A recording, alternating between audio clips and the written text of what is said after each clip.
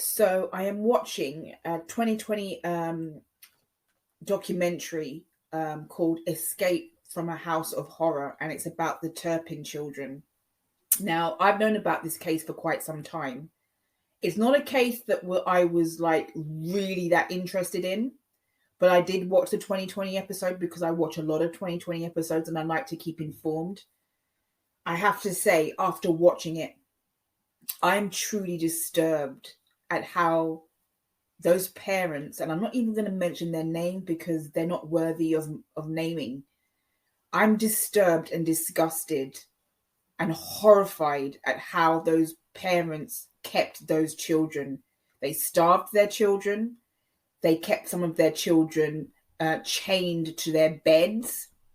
Those children lived in squalor.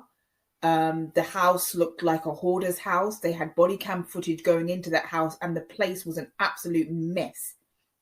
Not the type of place that any loving parent would want to keep their children in. Not the kind of conditions that any loving parent would want to keep their children in.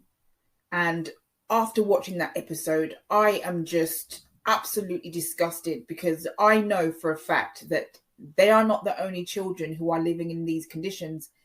They are not the only children that are being abused. Abuse happens all over the world, in every country, in all kinds of circumstances. You know, wealthy people, poor people, black, white, Asian, it doesn't matter. Children all over the world are being abused like this. So yes, these children have been saved to an extent, although I've heard some horrible stories after the fact that, you know, some of these children are not living in good neighborhoods, that some of the money that was raised for them hasn't gone to them. So I've heard all kinds of horrible things. But I know for a fact that the Turpin case is just one of many, many cases of child abuse.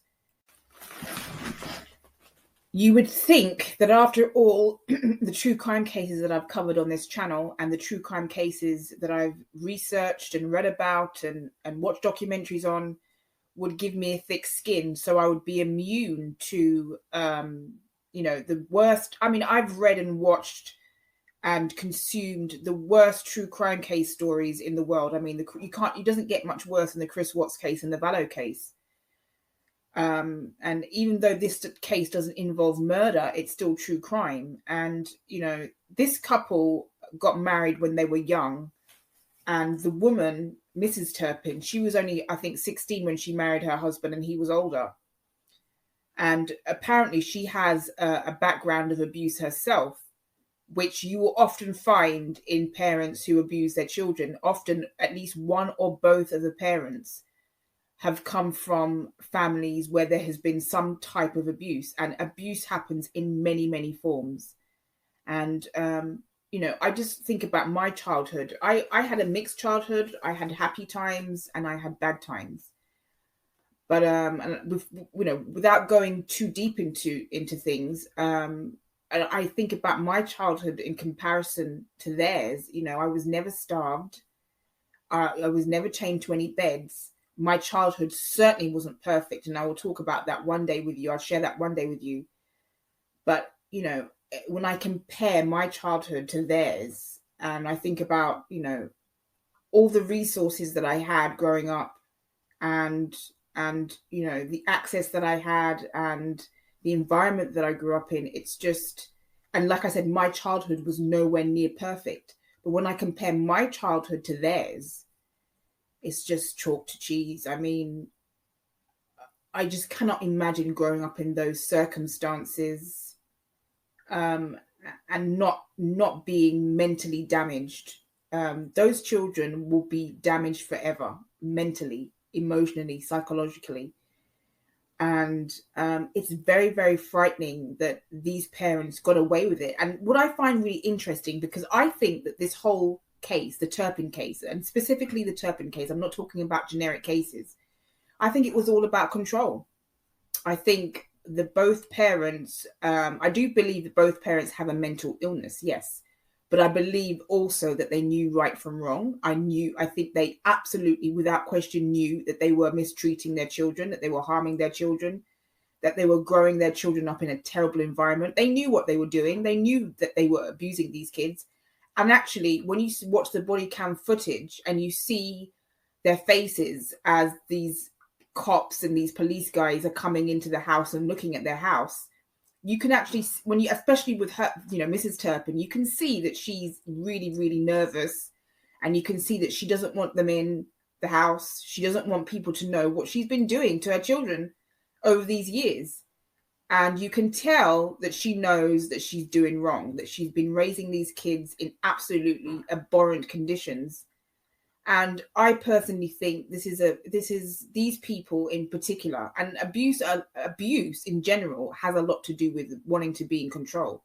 Some people, if they're not in control of somebody, they don't feel like they're living. If they're not in control of somebody, if they can't control somebody or abuse somebody, they're not happy. And I know of situations in my own family where a child was abused, and it was all about control for the mother. The mother was a single mother, and she raised her child in an abusive environment.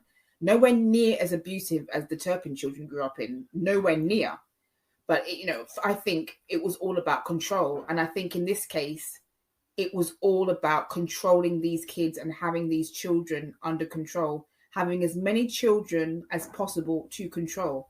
And I don't think they love their children at all, because nobody who really loved their children would raise them in such circumstances. And I also look at the contrast between the way Shanann raised her children and the way these Turpin parents raised their children. Shanann raised her children in a very clean environment. Shanann was a very attentive mother. Shanann fed her children. None of her children were starving to death. None of her children look emaciated. These children were raised in an environment filled with abuse, and it was all about these parents having control over these kids and getting off on it. And, I see them in court, and both parents were crying and saying that they apologize. I don't believe that they're sorry at all. I think they're sorry they got caught. But it was also very interesting to see how two of the Turpin children, the girls, who were in this very, visible in this interview and who featured in this interview, how normal they looked despite what they've been through. They looked like normal girls. You would never know that they've been, come from a childhood of abuse. And I'm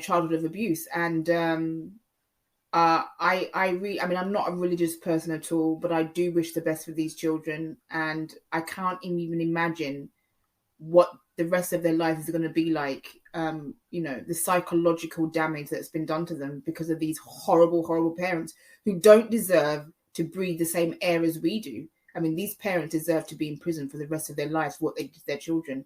And I don't think they love their children. I think it was all about power and control.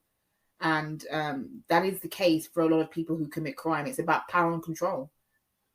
And I'm just disgusted at what I saw and what I learned from this program, from this 2020 episode. It was just frightening to think that people could actually raise their children in such terrible conditions, and to know that there are other children being raised in the same conditions and even worse, around the world. It's just very, very frightening in every way.